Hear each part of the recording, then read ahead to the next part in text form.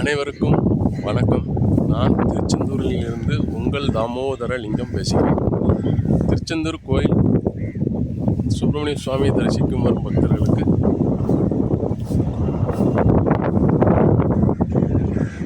ஒரு ஆன்மீக தகவல் என்னவென்றால், திருச்செந்தூர் கோயிலிருந்து தரிசிக்கும் வரும் பக்தர்கள், அதாவது கடற்கரை சைடு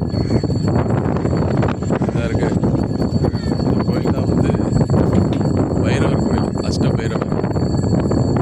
மொத்தம் 9 பைரவர் இருக்காங்க காளியோடு சேர்த்து. பிரதேங்கரா தேவி, வராகி அம்மன், சிவன், பார்வதி, சனீஸ்வர பகவான். இந்த கோயிலில் வந்து தேய்பிரை அஷ்டமிக்கு ரொம்ப விசேஷம்.